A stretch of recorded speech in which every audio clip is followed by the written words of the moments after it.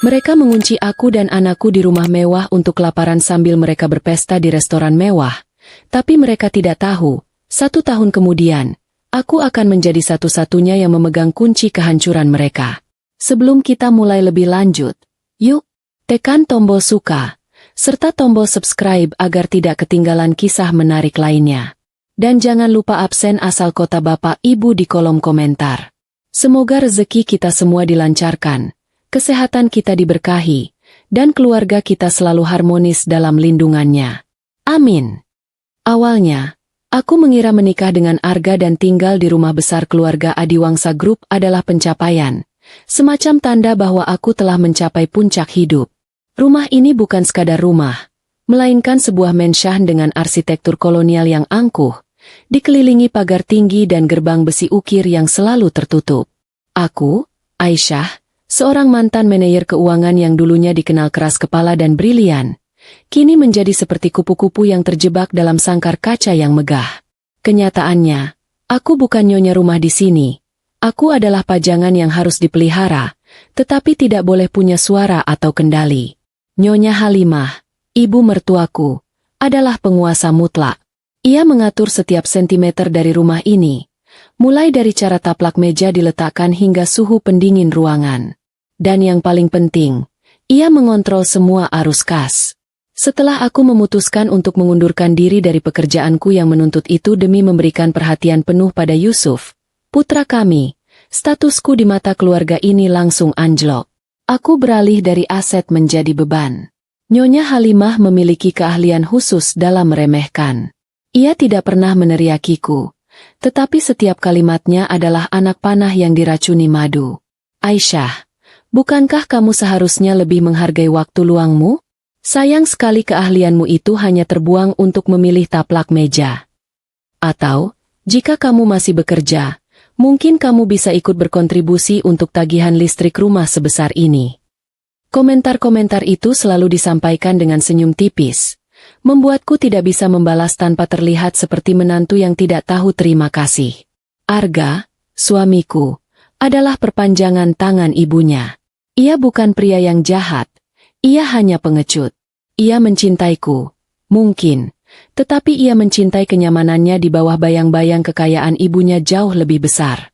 Ketika Nyonya Halimah memutuskan untuk memutus semua akses finansialku, menarik kartu kredit, membatasi uang tunai untuk kebutuhan sehari-hari, Arga hanya diam. Ia beralasan, Mama hanya ingin kita lebih bertanggung jawab, sayang. Lagi pula, semua kebutuhan di sini sudah tersedia. Tersedia adalah kata kunci yang sangat keliru. Di rumah Adiwangsa, makanan memang tersedia, tetapi tidak untukku dan Yusuf. Semua bahan makanan segar, daging impor, dan sayuran organik dikunci rapat di dalam gudang pendingin. Kunci gudang itu dipegang oleh kepala pelayan Nyonya Halimah, dan ia hanya akan mengeluarkan bahan makanan sesuai dengan menu yang sudah direncanakan Nyonya Halimah. Menu yang tidak pernah mencantumkan makanan kesukaan Yusuf atau makanan bernutrisi tinggi untuk anak usia 7 tahun. Krisis makanan kami dimulai perlahan. Awalnya, aku masih bisa menyelinap ke dapur pada malam hari untuk mengambil sisa-sisa roti yang tidak disentuh atau buah-buahan yang sudah sedikit memar. Tetapi Nyonya Halimah, yang ternyata memiliki mata-mata di mana-mana, segera menyadari itu. Ia memindahkan semua sisa makanan ke wadah tertutup yang dikunci. Dapur yang mewah itu, dengan 6 kompor gas dan oven raksasa, kini menjadi monumen bisu bagi kelaparan kami. 3 hari terakhir, keadaan menjadi sangat genting. Persediaan terakhirku, biskuit sereal hambar yang kusimpan di laci kamar, sudah habis. Yusuf mulai terlihat lesu. Ia sering mengeluh pusing dan perutnya berbunyi nyaring. Suara perutnya di tengah ruangan kamar kami yang senyap itu terdengar seperti alarm bahaya yang tidak didengar siapapun kecuali aku. Mama, aku lapar, bisik Yusuf semalam. Matanya memandangku dengan tatapan polos. Aku berusaha keras untuk tersenyum, menyentuh pipinya yang mulai tirus. Aku tahu persis rasanya. Perutku melilit, dan aku mulai sering merasakan sakit kepala karena kekurangan gizi. Aku merasa terhina. Aku adalah seorang wanita yang pernah mengelola anggaran ratusan miliar, yang bisa memecahkan masalah keuangan yang paling rumit, tetapi aku gagal menyediakan semangkuk nasi yang layak untuk anakku sendiri. Kami tinggal di rumah yang nilai pajaknya mungkin setara dengan gaji tahunanku saat masih bekerja, tetapi kami harus tidur dalam keadaan kelaparan. Ini adalah puncak ironi yang terasa sangat kejam. Aku mencoba memohon pada Arga secara langsung. Aku menemuinya di ruang kerjanya yang dipenuhi buku-buku tebal yang tidak pernah ia baca. Arga, tolong. Aku tidak peduli dengan diriku, tapi Yusuf butuh makanan. Dia sakit. Beri aku sedikit uang tunai saja. Arga, yang sedang sibuk memainkan game di ponselnya, hanya mendesah lelah. Aisyah, jangan mendramatisasi. Mama sudah menyediakan semua makanan. Jangan cemarkan nama baik kita dengan meminta uang receh. Jika kamu khawatir, coba berikan dia bubur. Aku tahu, bubur, yang ia maksud adalah air nasi yang dibuat oleh pelayan, tanpa rasa dan tanpa nutrisi. Kata-katanya menusukku, bukan karena kejam, tetapi karena ketidakpeduliannya yang begitu nyata dan santai.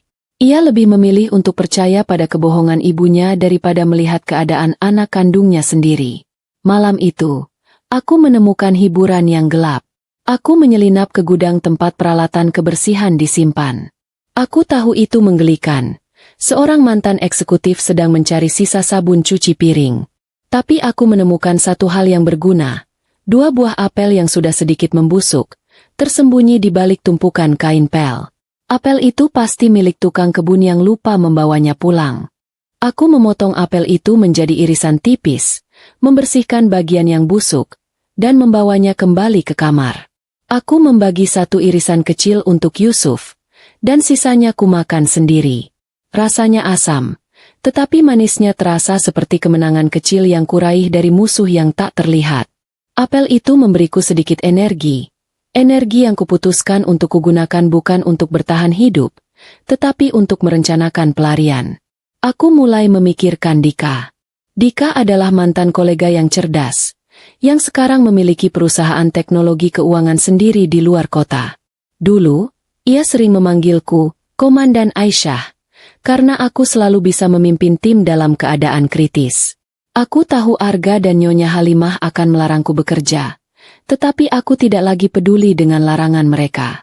Tepat saat aku sedang merangkai strategi pelarian dan menghubungi Dika di dalam hati, Arga masuk ke kamar kami dengan ekspresi yang sangat gembira. Ia mengenakan baju baru dan wangi minyak wangi yang menusuk hidung.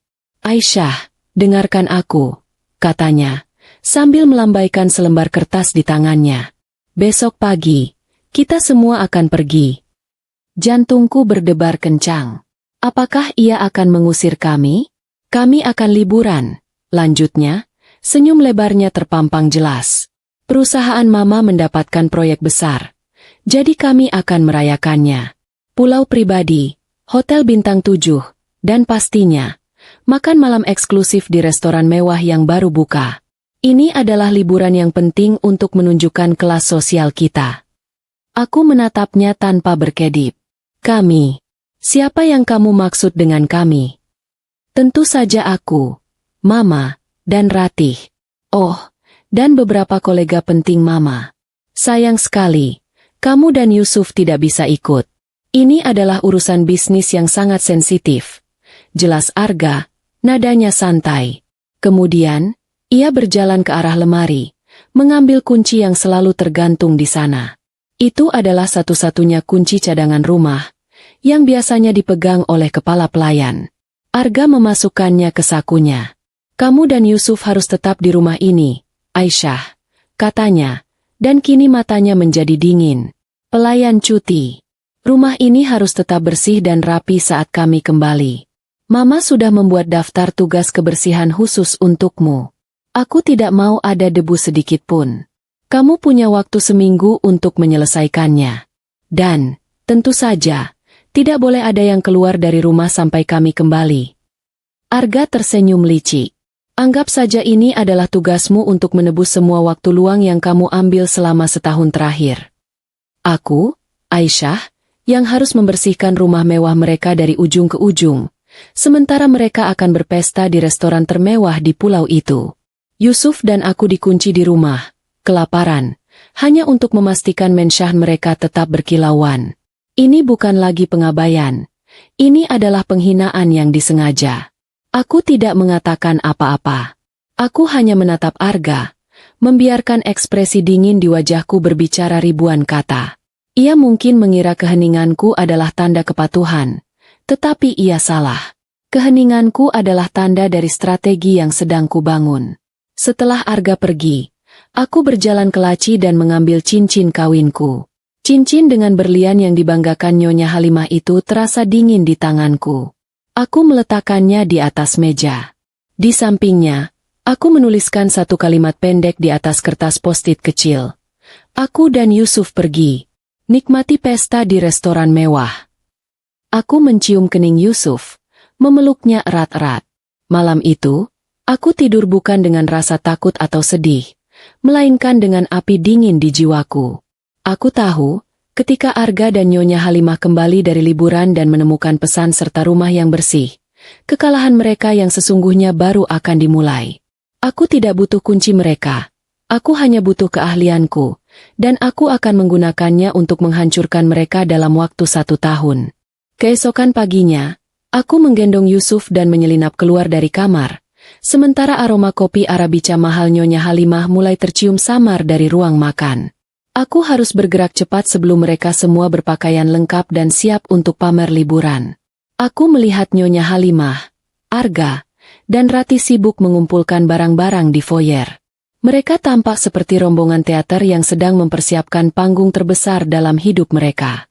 Koper-koper mahal berjejer. Ponsel Rati sudah siap merekam setiap detik kepergian mereka. Nyonya Halimah melihatku berdiri di ambang pintu, menggendong Yusuf. Ia melangkah mendekatiku, tangannya terulur untuk menyesuaikan kerah kemejaku, sebuah sentuhan yang terasa lebih seperti pemeriksaan daripada kasih sayang.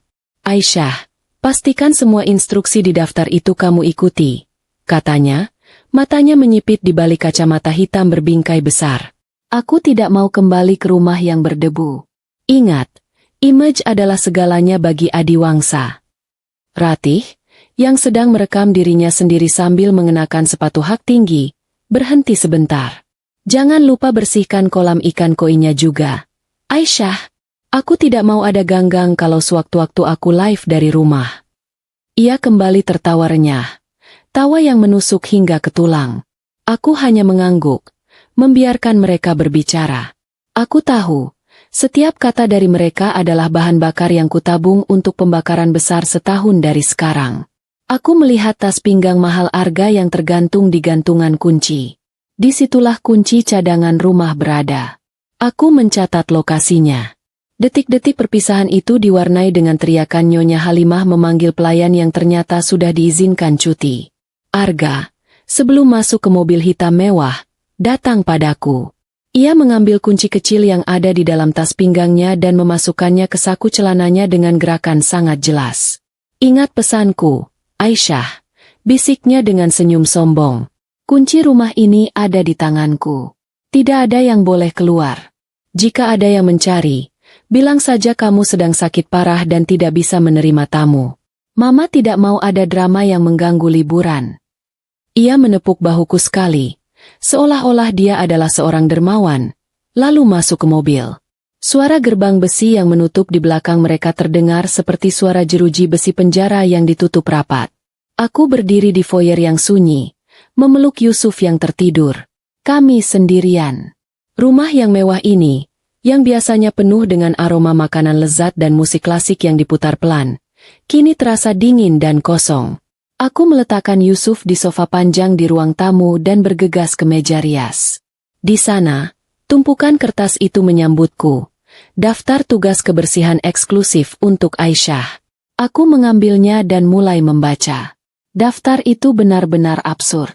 Selain membersihkan semua jendela kaca hingga tembus pandang dan menyikat lantai marmer, ada beberapa poin yang hanya bisa ditulis oleh orang yang sangat bosan dan kejam.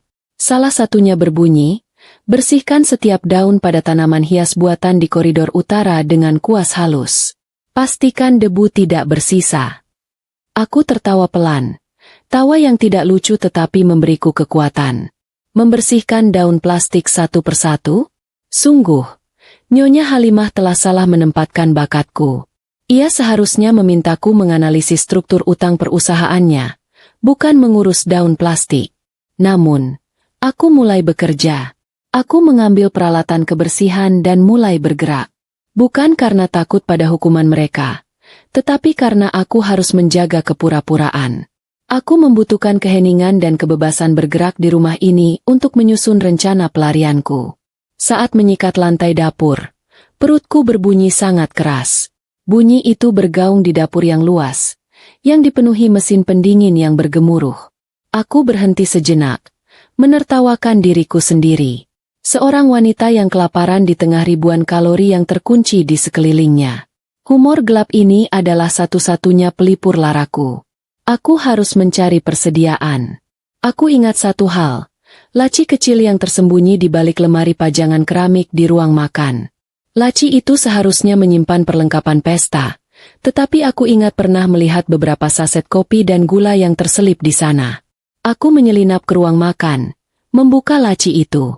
Ya, mereka ada. 5 saset kopi instan, dan yang lebih penting, 5 bungkus kecil biskuit tawar yang menjadi alas minum kopi. Harta karun. Aku segera menyimpannya di saku celemek yang kupakai. Ini bukan lagi makanan. Ini adalah logistik militer. Aku kembali ke Yusuf, yang kini sudah terbangun dan tampak bingung. Mama, ayah dan nenek kemana? Tanyanya. Mereka sedang mengejar kapal pesiar. Sayang, jawabku, sambil tersenyum.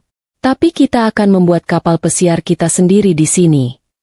Aku menyeduh air panas dari dispenser di kamar mandi, satu-satunya air yang tidak terawasi, dan membuatkan Yusuf air gula dan 2 biskuit tawar. Yusuf makan dengan gembira, tidak menyadari bahwa makanan kecil itu adalah hasil dari pencurian rahasia.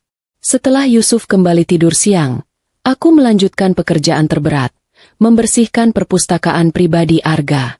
Ruangan itu penuh dengan rak buku tinggi, diisi dengan buku-buku yang kebanyakan hanya untuk pamer. Aku harus membersihkan debu dari setiap sampul. Ketika aku sedang membersihkan rak paling atas, mataku tertuju pada buku-buku keuangan lama, yang dulu sering kupelajari saat masih menjadi manajer. Tiba-tiba, aku menyadari satu hal. Di antara tumpukan dokumen yang diselipkan di dalam buku tebal, ada salinan dokumen penting. Itu adalah kartu akses karyawan Adiwangsa Group milik Arga, yang mungkin ia simpan sebagai cadangan, tetapi ia lupa membawanya saat liburan. Arga lupa memberitahuku untuk membersihkan rak buku ini sebelum ia pergi. Kartu akses itu adalah sebuah kunci, bukan kunci rumah yang terkunci, tetapi kunci menuju masa depanku. Meskipun aku tidak bekerja di Adiwangsa, kartu itu bisa memberiku akses ke jaringan perusahaan, koneksi lama, atau sekadar membantuku memverifikasi identitas jika aku harus pergi keluar kota. Aku segera menyembunyikannya di balik ikat rambutku. Aku menyelesaikan tugas membersihkan perpustakaan itu dengan senyum samar. Mereka ingin aku membersihkan debu, tetapi aku justru menemukan senjata. Malam itu, aku kembali melihat ponselku. Sudah waktunya untuk melihat lagi unggahan Ratih. Aku harus mengonfirmasi bahwa penghinaan itu memang disengaja. Dan benar saja. Akun Ratih penuh dengan foto selfie di kolam renang dengan background sunset yang indah. Lalu, serangkaian foto yang disorot dengan cahaya lampu chandelier emas, dihiasi piring-piring makanan yang mewah dan berkilauan. Restoran mewah. Tidak ada keraguan sedikit pun. Mereka hidup dalam kemewahan ekstrim. Di bawah salah satu foto, Ratih menulis, "Menyambut hari-hari tanpa drama. Ternyata hidup ini indah tanpa hambatan." Kata, hambatan, itu membuatku menyadari bahwa mereka tidak hanya melupakanku. Mereka merayakanku pergi. Aku mematikan ponselku, mencium Yusuf. Aku tidak lagi merasa sedih. Kebencianku telah mengeras menjadi rencana yang dingin dan terstruktur. Aku punya uang kecil, aku punya kartu akses, dan aku punya motif. Malam ini adalah malam terakhirku di penjara emas ini. Besok, aku akan menukar kunci rumah yang tak berguna itu dengan kunci kebebasan dan keadilan. Pagi tiba dengan cepat, membawa serta kehangatan yang menusuk dari sinar matahari yang masuk melalui jendela kaca raksasa di ruang tamu. Biasanya, Cahaya pagi ini akan menenangkan, tetapi hari ini, cahaya itu hanya menonjolkan betapa kosongnya perutku. Aku menyelesaikan bagian terakhir dari daftar tugas Nyonya Halimah, membersihkan kolam renang dalam ruangan. Aku berdiri di tepi kolam, memegang jaring serokan yang panjang, menertawakan diriku sendiri. Aku, yang seharusnya menganalisis balance sheet bernilai jutaan, kini sedang memungut daun di kolam renang yang tidak pernah disentuh siapapun. Ini adalah puncak humor dari hidupku yang ironis. Selesai dengan kolam renang, aku kembali ke kamar. Yusuf masih tidur. Napasnya terdengar pelan. Aku tahu, jika kami tidak segera pergi, ia akan kembali sakit. Kekuatan kami saat ini adalah kecepatan dan kejutan. Aku tidak bisa menunggu lebih lama lagi. Aku mengeluarkan kartu akses karyawan Adiwangsa Group milik Arga dari tempat persembunyiannya. Kartu ini memberiku akses ke dunia luar, dunia profesional yang telah kurindukan. Aku juga mengeluarkan 2 lembar uang tunai ratusan ribu yang kusimpan di saku celana. Ini adalah modal awal kami untuk melarikan diri ke kota A. Saat aku sedang bersiap, ponsel lamaku berdering pelan. Itu adalah notifikasi media sosial, dan entah mengapa, dorongan untuk melihat lagi apa yang dilakukan keluarga Adiwangsa di pulau itu sangat kuat. Aku tahu itu adalah racun. Tetapi aku membutuhkannya sebagai dosis terakhir untuk menghilangkan keraguan. Aku membuka akun Ratih. Ia baru saja mengunggah serangkaian foto yang menampilkan puncak perayaan mereka. Foto-foto itu diambil di dalam restoran mewah yang sangat eksklusif. Aku bisa melihat pantulan lampu kristal di permukaan piring porselen, botol anggur mahal, dan, yang paling menyakitkan, wajah-wajah bahagia yang penuh tawa. Foto pertama menampilkan Nyonya Halimah, duduk seperti seorang ratu, mengenakan perhiasan yang gemerlap, sambil mengangkat gelas ke arah kamera. Di sampingnya, Arga tertawa lebar, terlihat sangat rileks dan bebas, seolah ia tidak pernah punya anak yang ditinggalkan dalam keadaan kelaparan. Ratih, tentu saja, ada di sana, mencibir ke kamera dengan senyum sombong. Aku merasakan lonjakan kemarahan yang membuat dadaku sesak.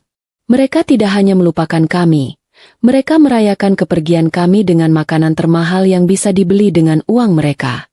Namun, yang paling menghantamku adalah deskripsi yang ditulis Ratih di bawah foto itu.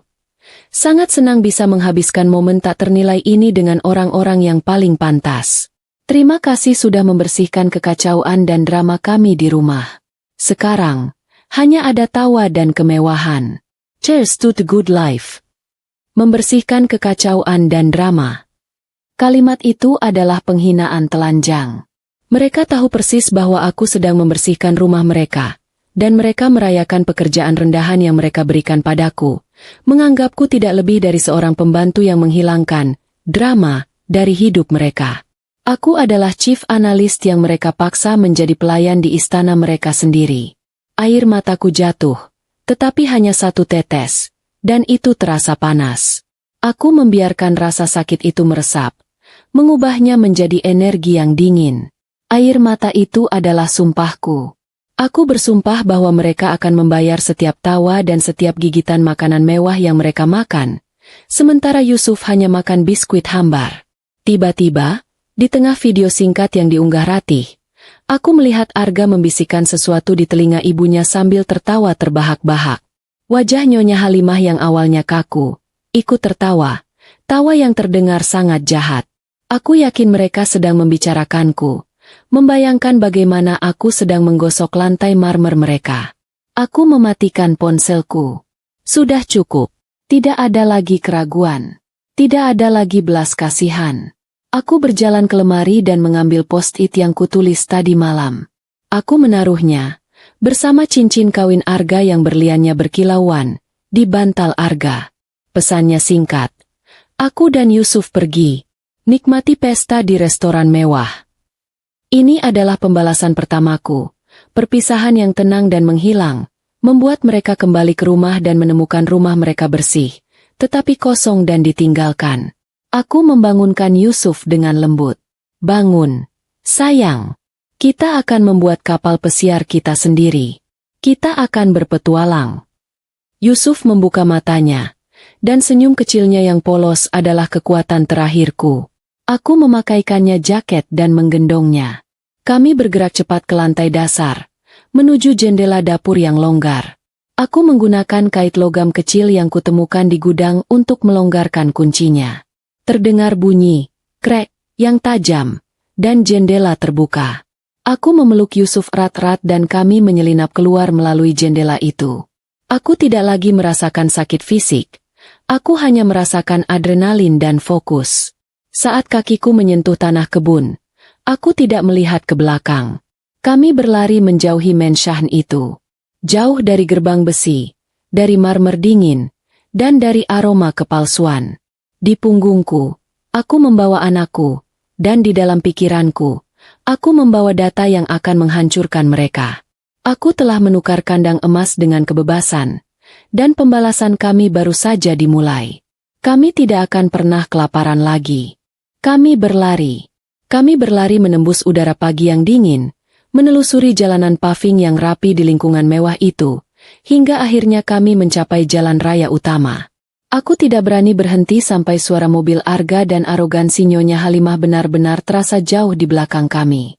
Aku menggendong Yusuf, yang kini sudah benar-benar terbangun, tetapi ia diam. Ia tidak menangis atau mengeluh. Ia hanya memelukku erat-erat, seolah ia mengerti bahwa ini adalah momen penting yang tidak boleh diganggu. Aku merasakan rasa bangga yang luar biasa pada anak kecilku. Ia jauh lebih kuat dari ayahnya yang pengecut. Setibanya di jalan raya, aku menghela napas panjang. Kakiku sakit, perutku kosong, tetapi kepalaku terasa jernih. Aku tahu setiap detik berharga. Keluarga Adiwangsa mungkin akan membutuhkan waktu berjam-jam untuk menyadari kepergian kami. Paling cepat ketika mereka menghubungi pelayan yang cuti dan tidak bisa masuk ke rumah. Tetapi ketika mereka sadar, mereka akan panik dan menggunakan semua koneksi mereka untuk mencariku. Kami mencari kedai makan kecil yang sederhana, jauh dari pandangan orang kaya. Aku membawa Yusuf masuk, mencarikan tempat duduk di sudut yang tenang. Aku mengeluarkan uang ratusan ribu itu dan memesan nasi kuning dan telur balado untuk Yusuf. Aku memesan air putih dan sedikit nasi putih saja untukku. Uang ini harus digunakan secara strategis, karena ini adalah satu-satunya modal kami. Melihat Yusuf makan dengan lahap, senyum tipis terukir di bibirnya, adalah hadiah termahal yang pernah kuterima. Itu jauh lebih berharga daripada semua piring porselen dan lampu kristal milik Nyonya Halimah. Aku membiarkan diriku menikmati momen kecil ini, jeda sesaat yang diisi dengan kehangatan makanan dan tawa Yusuf. Setelah Yusuf selesai, kami bergerak lagi. Aku tahu aku tidak bisa tinggal di kota yang sama dengan keluarga Adiwangsa. Arga memiliki mata-mata di mana-mana. Kami harus menghilang dari peta mereka. Tujuan utamaku adalah stasiun kereta api antar kota. Aku menggunakan sisa uangku untuk membeli 2 tiket kereta ekonomi termurah menuju kota A. Kota A adalah kota industri yang ramai, yang letaknya cukup jauh dan memiliki peluang kerja yang lebih besar di sektor teknologi. Lebih penting lagi, itu adalah tempat Dika memulai perusahaannya. Perjalanan kereta itu panjang dan melelahkan. Kami duduk di bangku keras, tetapi aku memeluk Yusuf erat-erat, mengubah bangku itu menjadi ranjang teraman di dunia. Sepanjang perjalanan, aku mengeluarkan kartu akses karyawan Adiwangsa milik Arga. Aku tidak akan menggunakannya untuk memasuki kantor mereka, tetapi kartu ini adalah bukti identitas profesional yang solid, dan bisa meyakinkanku untuk mendapatkan pinjaman atau bahkan pekerjaan sementara. Aku juga mengeluarkan cincin kawinku, yang kubawa kembali dari rumah. Aku menatap berlian kecil yang dulu dibanggakan Nyonya Halimah. Benda ini mewakili rantai yang mengikatku pada Arga dan kemewahan palsu mereka. Aku memandanginya sejenak, lalu memasukkannya ke dalam saku. Aku tidak akan menjualnya untuk makanan. Aku akan menjualnya untuk masa depan Yusuf. Tiba di kota A menjelang malam, suasana terasa asing dan ramai. Aku segera mencari penginapan kecil dan murah di dekat stasiun. Kamar kami kecil, dengan kasur yang sedikit melengkung, tetapi bersih, hangat, dan, yang paling penting, bebas dari pengawasan Nyonya Halimah. Malam itu, setelah Yusuf tertidur nyenyak, aku merasakan kelelahan yang luar biasa, Tetapi aku tidak boleh tidur. Aku harus bergerak cepat. Aku mengeluarkan ponsel lamaku, memastikan koneksi internet berfungsi. Aku mencari nama Dika, mantan kolega yang dulu kupercayai. Aku menemukan perusahaannya, Sinar Teknologi, Sintet. Ternyata, dalam setahun, Sintet telah berkembang pesat, pindah ke gedung perkantoran yang megah. Dika sukses, dan itu memberiku harapan. Aku tidak akan menghubunginya dengan drama atau tangisan. Aku akan menghubunginya dengan profesionalisme yang sama saat aku menolak laporan keuangan yang buruk di masa lalu.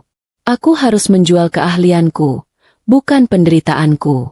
Aku menyusun pesan di ponselku, menghapus dan menulis ulang berkali-kali. Setiap kata harus kuat dan langsung. Dika. Aisyah di sini. Aku di kota A. Aku melihat Sintet sedang berkembang pesat. Aku memiliki ide analisis risiko yang dapat menghemat biaya operasionalmu setidaknya 10%. Berikan aku 1 jam waktumu. Selesai. Aku menekan tombol kirim. Ini adalah taruhan terbesarku. Jika Dika menolak atau mengabaikanku, aku harus menjual cincin kawinku besok dan mulai mencari pekerjaan kasar.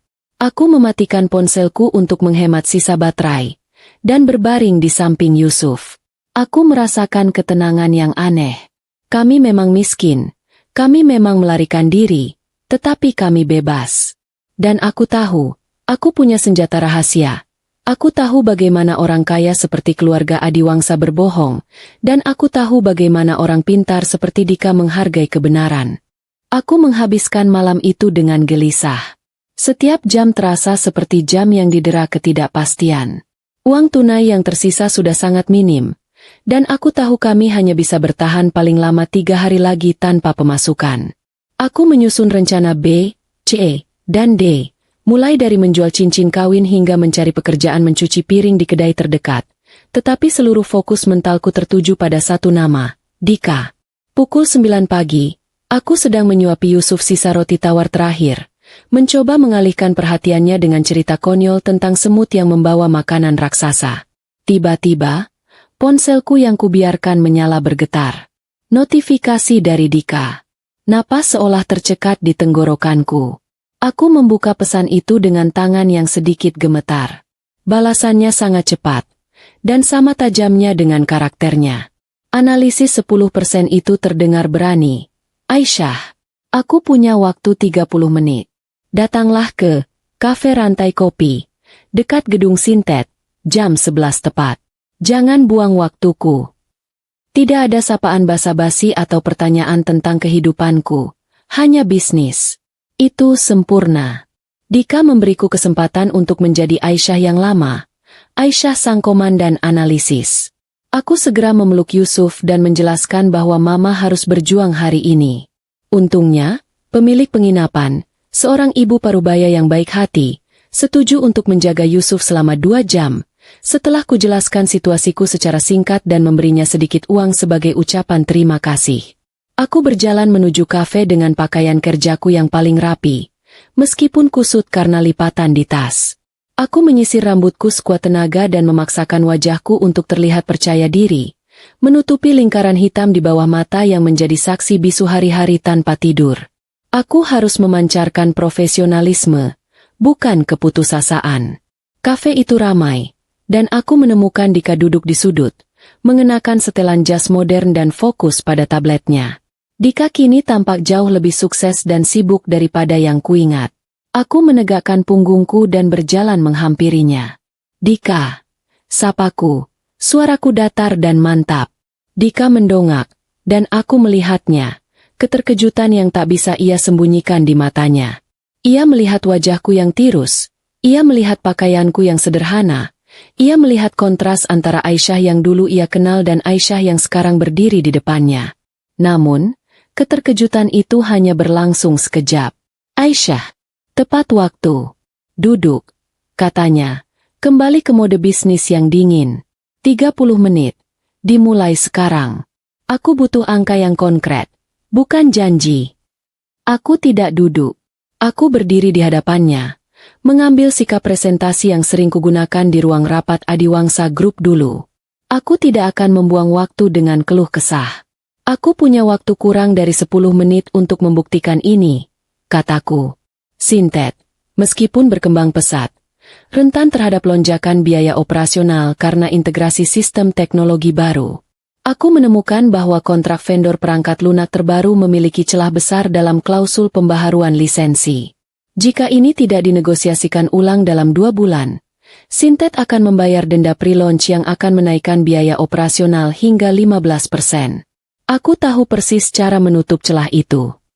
Aku berbicara dengan cepat, mengalirkan data, proyeksi risiko, dan strategi negosiasi yang ringkas.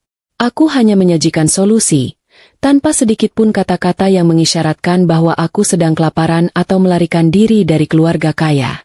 Aku melihat Dika terpaku. Ia meletakkan tabletnya dan mulai mencatat di buku catatannya. Tepat 15 menit kemudian, aku diam. Aku telah memberikan semua yang kumiliki. Dika menatapku lama sekali. Ia tersenyum kecil. Kamu benar, Aisyah. 15%, bukan 10. Angka yang kamu sampaikan ini akan menyelamatkan Sintet dari masalah besar di kuartal berikutnya. Keahlianmu dalam menganalisis detail kontrak masih luar biasa. Ia kemudian mengambil napas dalam-dalam. Nadanya berubah menjadi lebih lembut, lebih pribadi. Aku tidak akan bertanya apa yang terjadi di mensah mewah itu. Tapi, mataku tidak buta. Aisyah, kamu tidak dalam kondisi yang baik. Kamu terlihat sangat lelah. Aku berusaha keras menjaga pertahananku, tetapi aku tahu, humor ini adalah harga yang harus kubayar. Aku di sini untuk berbisnis. Dika, aku tidak butuh belas kasihan. Aku tahu, kata Dika. Tatapannya kini penuh rasa hormat.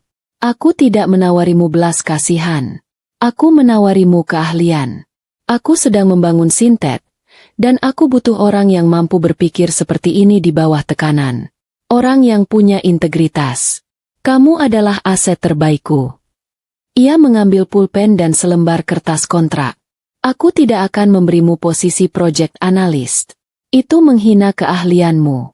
Aku memberimu posisi chief analyst. Langsung. Gaji disesuaikan dengan level manajemen puncak. Asuransi kesehatan komprehensif untukmu dan Yusuf. Aku butuh kamu di kantor lusa. Segera cari tempat tinggal yang layak dan istirahat. Anggap saja ini adalah investasi yang Sintet lakukan untuk memastikan kamu tetap sehat dan mampu menyelamatkan kami dari lebih banyak kerugian. Ia menuliskan angka di cek. Angka itu jauh lebih besar daripada yang kubayangkan. Ini adalah bonus prakontrak. Jaga Yusuf. Sampai jumpa lusa, Aisyah.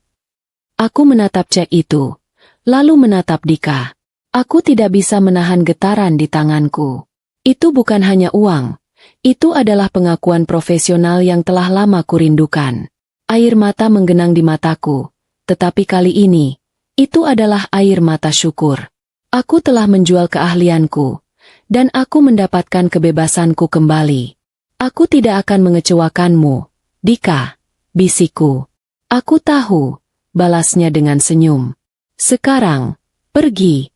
Yusuf tidak bisa menunggu analisis cash flow lebih lama lagi. Aku meninggalkan kafe itu, memegang cek dan kartu akses Arga dengan erat.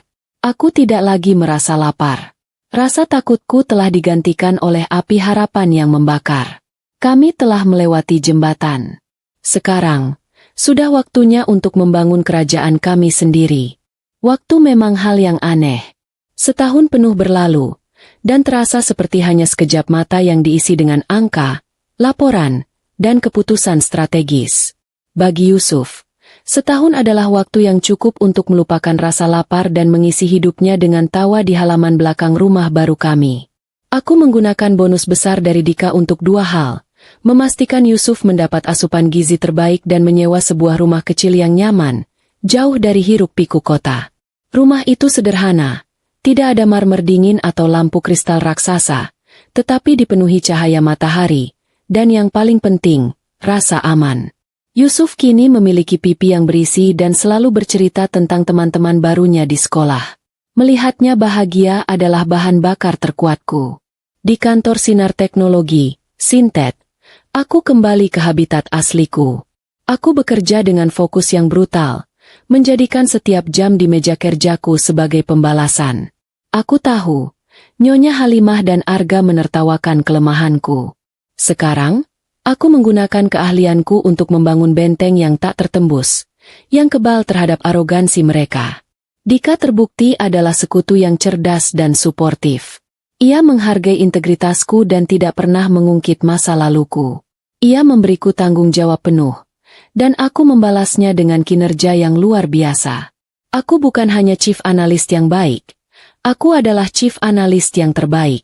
Analisis risikoku seringkali melampaui prediksi konsultan mahal, menyelamatkan Sintet dari kerugian yang tidak terhitung jumlahnya. Dika sering bercanda, "Aisyah, kamu ini bukan chief analyst. Kamu ini peramal yang dibayar mahal." Di tengah kesibukan itu, proses perpisahanku dengan Arga selesai. Aku tidak menuntut apa-apa dari harta mereka.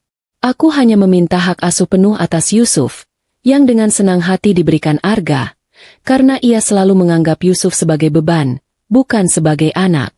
Kepergianku dari pernikahan itu adalah yang paling elegan. Aku meninggalkan semua kemewahan palsu mereka dan membawa serta satu-satunya hal berharga yang mereka remehkan, keahlianku dan Yusuf. Seiring berjalannya waktu, Sintet berkembang pesat, bergerak dari perusahaan menjanjikan menjadi salah satu pemain fintech terbesar di negara ini. Sementara itu, di jaringan bisnis, mulai terdengar bisik-bisik yang membuatku tersenyum dingin. Adiwangsa Group sedang goyah. Kekayaan yang dipamerkan Nyonya Halimah ternyata hanyalah show belaka. Bisnis properti yang mereka andalkan mulai tenggelam dalam utang. Arga, yang selalu menjadi eksekutif tanpa keahlian nyata, terbukti tidak mampu memimpin perusahaan melewati badai. Suatu sore, Dika memanggilku ke ruangannya. Wajahnya serius. Ia menyerahkan sebuah file tebal yang sampulnya memuat logo perusahaan yang sudah lama kuhindari. "Aisyah, lihat ini," kata Dika, menyandarkan tubuhnya di meja. "Perusahaan ini mengajukan proposal merger strategis dengan kita. Mereka sangat putus asa. Perusahaan mereka hampir tenggelam karena utang yang tidak bisa mereka kelola. Tetapi nama mereka masih besar. Jadi merger ini bisa memberikan dampak citra yang bagus bagi Sintet." Aku menerima file itu. Tanganku terasa dingin saat membalik halaman pertama. Aku melihat nama dan logo itu dengan jelas. Adiwangsa Group. Aku mengangkat pandanganku pada Dika. Aku tahu Dika tidak tahu cerita lengkapku, tetapi ia tahu bahwa ada drama yang sangat besar di antara kami. "Aku butuh analisis objektif darimu, Aisyah," kata Dika, nadanya hati-hati. "Aku tidak akan memaksamu. Tetapi, sebagai chief analyst, aku butuh analisis yang jujur dan dingin. Bisakah kamu melakukannya?" Aku menatap logo Adiwangsa Group di file itu. Kenangan akan restoran mewah, tawa ratih, dan perut Yusuf yang kelaparan setahun lalu, berkelebat di benakku. Itu adalah bahan bakar yang kuat, tetapi aku tidak akan membiarkannya merusak profesionalisme. Aku tersenyum tipis, senyum yang sangat profesional, tetapi penuh makna. "Dika," jawabku, suaraku mantap. "Aku adalah Chief Analyst Sintet. Pekerjaanku adalah melindungi kepentingan perusahaan ini. Aku akan menganalisis laporan ini, dan aku janji, analisisku akan 100% objektif, didasarkan pada data, bukan emosi." Dika tersenyum lega. Ia tahu integritasku. Ia tahu, jika ada kecurangan di laporan itu, aku akan menemukannya. Aku mengambil file itu. Laporan setebal ratusan halaman itu terasa ringan di tanganku. Itu bukan sekadar laporan keuangan. Itu adalah palu godam karma. Waktu yang kutunggu selama 1 tahun akhirnya tiba. Mereka akan datang ke panggungku, dan kali ini, aku yang akan memegang palu keputusan. Aku tenggelam dalam laporan keuangan Adiwangsa Group. Aku mengerjakannya di kantor yang tenang, jauh dari hiruk-pikuk tim lain di Sintet. Selama berhari-hari, aku tidak berbicara banyak, hanya berkutat dengan data mentah, neraca, dan proyeksi arus kas mereka. Aku menemukan kebohongan mereka jauh lebih buruk daripada yang kubayangkan. Keluarga Adiwangsa tidak hanya bangkrut, mereka juga sangat ceroboh. Mereka mencoba menutupi utang jangka pendek yang besar dengan melebih-lebihkan valuasi tanah dan bangunan mereka. Trik yang sangat jelas yang hanya bisa lolos jika yang menganalisis laporan adalah orang yang tidak berpengalaman. Aku menyadari satu hal. Nyonya Halimah dan Arga terlalu sibuk memamerkan kekayaan daripada mengelolanya. Sikap arogansi mereka yang dulu sering membuatku meringis, kini menjadi keuntungan terbesarku. Mereka sangat yakin bahwa nama besar dan koneksi lama mereka sudah cukup untuk menipu Sintet agar mau menanamkan modal. Mereka tidak pernah membayangkan bahwa orang yang akan menilai laporan mereka adalah aku. 3 hari setelah aku menerima laporan itu, Dika memanggilku. Mereka sudah mengonfirmasi pertemuan. Aisyah, kata Dika, nadanya terdengar serius. Adiwangsa Group sangat mendesak. Mereka setuju untuk datang ke kantor kita lusa. Mereka bahkan membawa pengacara dan penasihat keuangan mereka. Ini akan menjadi pertemuan yang besar. Aku tersenyum tipis. Bagus. Dika. Aku akan siapkan presentasi yang sangat transparan. Aku mulai menyusun presentasiku. Aku tidak menggunakan grafik berwarna atau ilustrasi yang mewah. Aku hanya menampilkan tabel-tabel angka yang dingin, perbandingan debt to equity ratio mereka dengan standar industri, dan, yang paling mematikan, bukti visual tentang aset overvaluation mereka yang berlebihan. Aku akan berbicara dalam bahasa yang paling mereka hindari, kebenaran finansial. Malam sebelum pertemuan itu, aku duduk di meja makan di rumah kecilku, jauh dari meja makan panjang di Menshahan Adiwangsa. Yusuf sedang menggambar di sampingku. Aku memeluknya sebentar. Kenangan akan apel busuk dan biskuit hambar adalah bentengku. Aku tidak akan membiarkan perasaan apapun mengganggu fokusku besok. Ini bukan tentang dendam. Ini tentang menunjukkan pada mereka bahwa integritas dan kerja keras selalu mengalahkan kebohongan dan arogansi. Pagi harinya, aku meninggalkan Yusuf di sekolah dengan pesan bahwa mama ada ujian besar hari ini. Aku berjalan masuk ke gedung Sintet dengan mengenakan blazer gelap yang rapi dan celana bahan yang pas di tubuh. Aku tidak tampil mencolok, tetapi setiap helai pakaianku mencerminkan profesionalisme dan kesuksesan yang kubangun sendiri. Aku tiba di ruang rapat utama. Ruangan itu didominasi oleh meja mahoni panjang dan dinding kaca yang menghadap pemandangan kota. Aku duduk di kursi utama, di samping Dika. Aku adalah Chief Analyst, dan aku akan menjalankan peranku dengan sempurna. Tepat pukul 10, pintu ruang rapat terbuka. Nyonya Halimah, Arga, dan Ratih melangkah masuk, ditemani oleh 2 pengacara dan seorang penasihat keuangan yang tampak gugup.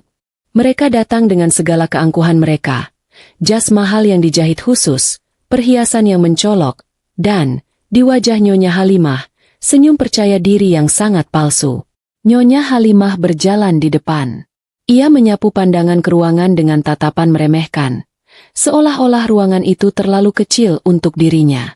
Tiba-tiba, pandangannya jatuh padaku. Langkah Nyonya Halimah, yang tadinya angkuh, seketika terhenti. Senyumnya membeku, dan matanya melebar tak percaya. Arga, yang sedang berbicara dengan Dika, mengikuti pandangan ibunya dan melihatku. Wajahnya berubah pucat pasi, seolah baru melihat hantu yang muncul di siang bolong. Ratih, yang sibuk membetulkan rambutnya, terhuyung, menjatuhkan ponselnya ke lantai dengan bunyi, dek, yang keras. Aku duduk diam. Tenang. Profesional. Aku adalah Chief Analyst Aisyah, dan mereka adalah Adiwangsa Group, calon mitra bisnis yang sedang dianalisis. Selamat pagi, Tuan dan Nyonya Adiwangsa. Sapaku dengan suara yang tenang dan profesional, memecah keheningan yang mematikan. Silakan duduk. Kita punya banyak data yang perlu kita bahas hari ini. Waktu kita terbatas. Di mata mereka, aku bukan lagi mantan menantu yang mereka kunci di rumah. Aku adalah hakim yang akan menentukan nasib perusahaan mereka. Permainan telah dimulai. Reaksi mereka adalah perpaduan antara keterkejutan, penghinaan, dan ketidakpercayaan yang nyaris histeris. Arga, yang tadinya gagah, kini terlihat seperti anak kecil yang tertangkap basah mencuri. Nyonya Halimah, dengan semua perhiasannya, duduk dengan kaku, seolah ia sedang duduk di atas duri. Dika, yang menyadari suasana semakin tegang, segera mengambil alih kendali untuk menjaga profesionalisme. Silakan, Nyonya Halimah, silakan duduk. Kita tidak punya banyak waktu. Nyonya Halimah duduk, tetapi pandangannya tidak lepas dariku. Ia berusaha keras tersenyum pada Dika. Bapak Dika, aku yakin ada kesalahpahaman. Kami datang untuk urusan besar. Aku harap masalah pribadi tidak mengganggu profesionalisme Sintet. Kalimat, masalah pribadi, itu ia lemparkan kepadaku. Sebuah upaya terakhir untuk merendahkanku. Dika mengangguk, tetapi ia menoleh padaku. Chief Analyst Aisyah, Anda yang akan memimpin presentasi. Silakan. Aku bangkit dari kursi, bergerak ke arah proyektor. Gerakanku terukur, tenang, tanpa terburu-buru. Aku mengenakan setelan gelapku dengan rasa percaya diri yang tinggi. Aku tidak perlu membalas kata-kata Nyonya Halimah. Data yang akan kusajikan akan berteriak dengan sendirinya. Selamat pagi, Adiwangsa Group. Aku tidak akan membuang waktu Anda dengan basa-basi. Aku akan langsung ke inti dari tinjauan kami. Kataku, suaraku datar dan formal. Layar di belakangku menyala, menampilkan grafik pertama yang sangat sederhana, tetapi brutal. Itu adalah perbandingan antara aset yang mereka klaim versus aset yang sebenarnya diverifikasi Sintet. Kami telah meninjau proposal merger dan laporan keuangan. Kami menemukan red flags yang signifikan. Jelasku. Aku menggunakan istilah-istilah keuangan yang dingin dan kering, debt to equity ratio, negative cash flow, asset overvaluation. Aku memaparkan bagaimana mereka memoles angka untuk proyeksi keuntungan, dan bagaimana utang di anak perusahaan mereka disamarkan. Aku berbicara selama 15 menit penuh, mengalirkan data, menunjukkan bukti kecerobohan dan manipulasi mereka di setiap slide. Ratih, yang sejak tadi hanya bisa berbisik, kini menutup mulutnya dengan tangan, terkejut. Arga berusaha menyela. Tunggu dulu. Itu data yang tidak akurat. Kami sudah memperbaikinya. Aku menatapnya dengan tatapan tanpa ampun. Laporan yang kamu ajukan 2 minggu lalu menunjukkan bahwa kamu telah melakukan overvaluation aset sebesar 40% untuk tujuan presentasi ini, Arga. Kami bahkan menemukan indikasi adanya invoice fiktif di beberapa proyek. Itu bukan kesalahan. Itu disengaja. Nyonya Halimah mencoba mengalihkan pandangan Dika lagi. Bapak Dika, ini adalah upaya sabotase. Aku tidak akan membiarkan mantan menantuku yang sakit hati. Dika menyela dengan tegas. Nyonya Halimah, saya menghormati Anda, tetapi di Sintet, kami hanya melihat data. Apakah Chief Analyst Aisyah sedang berbohong? Atau apakah ia menyajikan data yang benar dari laporan yang Anda berikan? Nyonya Halimah tidak bisa menjawab. Ia tahu. Keahlianku tidak bisa dibantah. Aku kembali ke proyektor. Layar menampilkan kesimpulan akhir. Risiko terlalu tinggi. Integritas data dipertanyakan. Tidak layak untuk investasi. Kesimpulannya, kataku, suaraku terdengar final. Adiwangsa Group tidak memiliki fondasi keuangan yang sehat untuk menjadi mitra strategis Sintet. Secara profesional, dan didukung oleh data, aku merekomendasikan penolakan keras terhadap merger ini. Aku mematikan proyektor dan kembali ke kursiku. Aku duduk di samping Dika, seolah-olah aku baru saja menyelesaikan presentasi cuaca. Keluarga Adiwangsa terdiam, tercengang. Mereka datang untuk meminta penyelamatan, tetapi justru bertemu dengan algojo mereka sendiri. Nyonya Halimah, Arga, dan Ratih menyadari bahwa wanita yang mereka kunci di rumah, yang mereka sebut hal kecil yang tidak penting, kini memegang palu kehancuran perusahaan mereka. Penolakan ini adalah hasil dari aset overvaluation yang mereka lakukan, dan ironisnya, penolakan itu ditandatangani oleh wanita yang pernah mereka hina karena tidak punya pekerjaan. Keangkuhan mereka telah kembali sebagai bumerang yang menghancurkan. Ruang rapat itu terasa sangat sunyi, hanya suara gemetar napas Nyonya Halimah yang terdengar. Kertas ringkasan analisis yang kulempar ke meja tampak seperti bom yang baru saja meledak, meninggalkan kehancuran total. Mereka tidak bisa lagi bersembunyi di balik nama besar atau koneksi sosial. Mereka terperangkap dalam jaring data yang kuanyam selama setahun terakhir. Arga adalah yang pertama mendapatkan kembali suaranya, tetapi suaranya pecah, dipenuhi kepanikan. Ia menunjuk jarinya ke arahku, bukan lagi dengan amarah, melainkan permohonan yang putus asa. Ini tidak adil. Aisyah, kamu melakukannya karena dendam. Aku suamimu. Demi Tuhan, demi anak kita, kamu tidak bisa menghancurkan kami seperti ini. Serunya, air mata mulai menggenang di matanya. Aku tetap duduk. Aku membiarkan Dika yang berbicara lebih dulu, menjaga batasan profesionalisme. Dika, dengan suara yang tegas, menolak argumen Arga. Tuan Arga, Chief Analis Aisyah telah menyajikan laporan yang sangat rinci. Sintet tidak bisa mengabaikan risiko likuiditas yang begitu tinggi. Keputusan ini murni bisnis, bukan emosi. Nyonya Halimah, yang tadinya duduk kaku, kini bangkit. Ia mengabaikan Dika dan berjalan langsung ke arahku. Ekspresinya berubah drastis. Dari arogansi menjadi permohonan yang memalukan. Ia mencoba meraih tanganku, tetapi aku menariknya sedikit. Aisyah, suaranya serak, penuh nada memelas yang belum pernah kudengar. Aku mohon padamu. Aku minta maaf. Aku minta maaf atas kata-kataku. Aku minta maaf karena mengabaikan Yusuf. Aku minta maaf karena kami pergi ke restoran mewah itu dan meninggalkanmu. Tolong, jangan hancurkan kami. Mendengar kata, restoran mewah, itu diucapkan dengan nada menyesal oleh Nyonya Halimah. Adalah humor yang paling pahit yang pernah kurasakan. Itu adalah simbol dari semua yang kubenci. Dan kini simbol itu kembali menghantuinya. Kami tahu kami salah, lanjutnya. Air mata mulai membasahi pipinya yang dipoles make-up mahal. Tapi ini adalah warisan adiwangsa. Ini demi masa depan cucumu. Kamu bisa membatalkan ini. Kamu bisa bicara dengan Dika dan bilang kamu salah hitung. Aku bangkit, menatap Nyonya Halimah yang kini terlihat rapuh. Aku melihat wajah Arga yang menangis di belakangnya, dan Ratih yang menutup wajahnya karena malu dan ketakutan. Aku memaafkan kalian, Nyonya Halimah. Kataku, suaraku mantap, tanpa getaran. Aku memaafkan, karena aku tidak ingin hidup dalam kepahitan. Aku tidak ingin membiarkan rasa sakit dari setahun yang lalu meracuni hidupku saat ini. Aku berhenti sejenak, membiarkan mereka berharap. Tetapi, lanjutku, dan nadaku kembali ke Chief Analis yang dingin.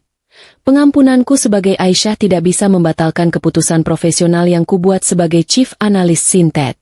Kalian memintaku untuk berbohong pada Dewan Direksi, untuk mengkhianati perusahaan yang memberiku pekerjaan saat anakku kelaparan. Aku menatap Arga.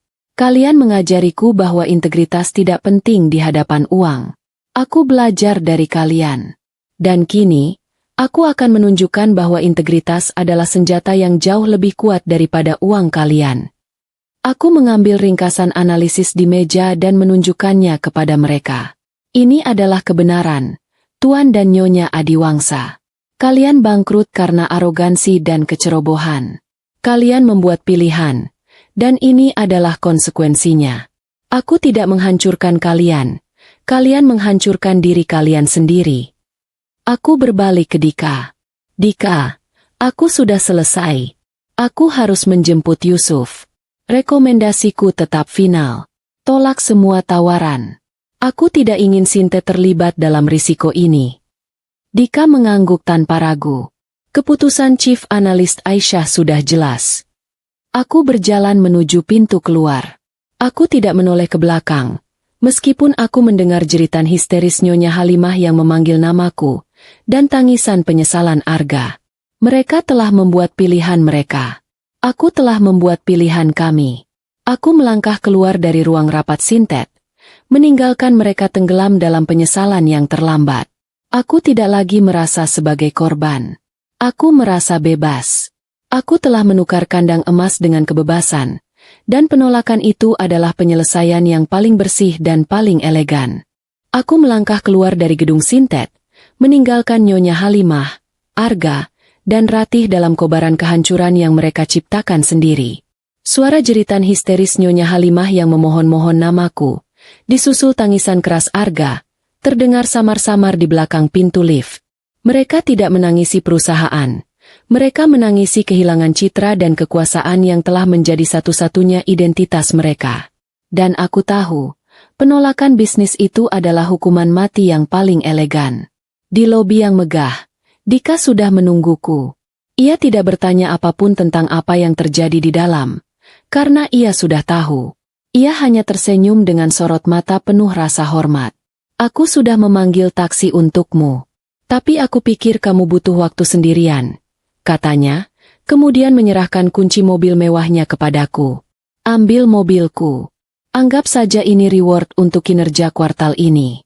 Kamu pantas mendapatkannya. Aku menerima kunci itu. Aku tahu Dika tidak memintanya kembali. Menerima kunci itu terasa seperti mengambil kembali kebebasan yang dulu dirampas dariku. Aku melangkah keluar, menghirup udara kota A yang padat. Aku menyadari, mobil mewah kali ini terasa berbeda. Dulu, mobil mewah adalah simbol rantai yang mengikatku pada arogansi Arga. Sekarang, mobil mewah adalah alat yang kudapatkan karena keahlianku sendiri. Aku mengendarai mobil itu dengan tenang, melewati jalanan kota menuju sekolah Yusuf. Dalam perjalanan, aku membiarkan pikiranku kembali ke Mensyahn Adiwangsa. Aku membayangkan Nyonya Halimah yang dulu angkuh, kini teronggok di kursi ruang rapat. Wajahnya dipenuhi air mata penyesalan yang terlambat. Aku membayangkan Arga, yang tidak pernah berani melawanku saat aku memohon makanan untuk anaknya, kini memohon belas kasih dariku. Rasa humor dari situasi ini adalah bahwa mereka menukar makanan anak mereka dengan satu malam pesta di restoran mewah, dan kini, mereka kehilangan segalanya. Aku tiba di sekolah Yusuf tepat waktu. Melihat wajahnya yang ceria berlari ke arah mobil, semua ketegangan di bahuku menguap. Senyum polosnya, pipinya yang berisi, dan tawa nyaringnya adalah bukti kemenangan terbesarku. Bukan angka-angka di laporan Sintet, melainkan anakku yang sehat dan bahagia. Aku memeluknya erat-erat, mencium pipinya. Kami memutuskan untuk mampir ke taman kota. Kami duduk di bangku kayu sederhana, di bawah pohon rindang. Aku mendengarkan celotehan Yusuf tentang mainan barunya. Aku menyadari, tempat ini, di mana kami bisa duduk santai tanpa ketakutan, jauh lebih mewah daripada Mensyahn Adiwangsa. Aku membiarkan diriku merenungkan ending dari drama ini. Pembalasan terbesarku bukanlah tentang membuat mereka bangkrut. Itu adalah tentang pilihan. Mereka memilih arogansi. Aku memilih integritas. Mereka memilih kebohongan. Aku memilih keahlian. Dan kini, hasil dari pilihan kami telah terwujud. Minggu-minggu berikutnya, kabar tentang kebangkrutan Adiwangsa Group menyebar cepat, menjadi santapan media. Utang yang kusembunyikan di laporan itu kini terungkap, memaksa mereka menjual aset-aset mahal, termasuk Mensyahn yang dulu mengunciku. Nyonya Halimah, Arga, dan Rati harus menghadapi kenyataan pahit, kehilangan citra, kehilangan kekayaan, dan harus membangun hidup kembali dari nol, di tengah penghinaan sosial. Aku tidak lagi membaca berita tentang mereka. Aku tidak lagi perlu membiarkan mereka menjadi bagian dari duniaku. Fokusku beralih ke masa depan. Presentasi besar Sintet untuk kuartal berikutnya, merenovasi rumah kecil kami, dan, yang paling mendebarkan, menerima proposal kencan yang tulus dari Dika. Dika melihatku sebagai seorang wanita yang kuat, seorang mitra yang setara. Di rumah kecil kami, setiap malam terasa penuh kehangatan. Aku bisa memasak apapun yang kami mau, dan Yusuf tidak pernah lagi tidur dalam keadaan lapar. Aku sering duduk di teras, memandang bintang, dan merasakan kedamaian yang tak pernah kurasakan saat dikelilingi kemewahan. Malam itu, setelah Yusuf tertidur nyenyak, aku mengambil post-it yang kutulis di malam pelarian, yang kusimpan sebagai pengingat. Aku memandangi tulisan tangan itu. Aku dan Yusuf pergi, nikmati pesta di restoran mewah. Aku tersenyum. Sekarang, aku bisa menuliskan kata penutup yang sesungguhnya. Aku mengambil pulpen dan menulis di bawahnya. Kalian memilih pesta. Aku memilih kebebasan. Kemenangan ini milik kami. Aku telah mendapatkan balasan paling elegan. Aku telah berhasil membangun kehidupan yang sehat, bahagia, dan stabil untuk Yusuf, tanpa sedikit pun bantuan dari mereka. Aku menukar kandang emas dengan kebebasan, dan penolakan itu adalah penyelesaian yang paling bersih. Aku tidak butuh drama mereka. Aku hanya butuh keahlianku. Aku memandang Yusuf yang sedang tidur. Aku punya Yusuf. Aku punya pekerjaan. Aku punya Dika. Dan yang terpenting, aku punya diriku kembali. Itu adalah akhir yang sempurna, yang jauh lebih berharga daripada semua kekayaan yang pernah kumiliki. Kami bebas, dan itulah kemenangan sejati.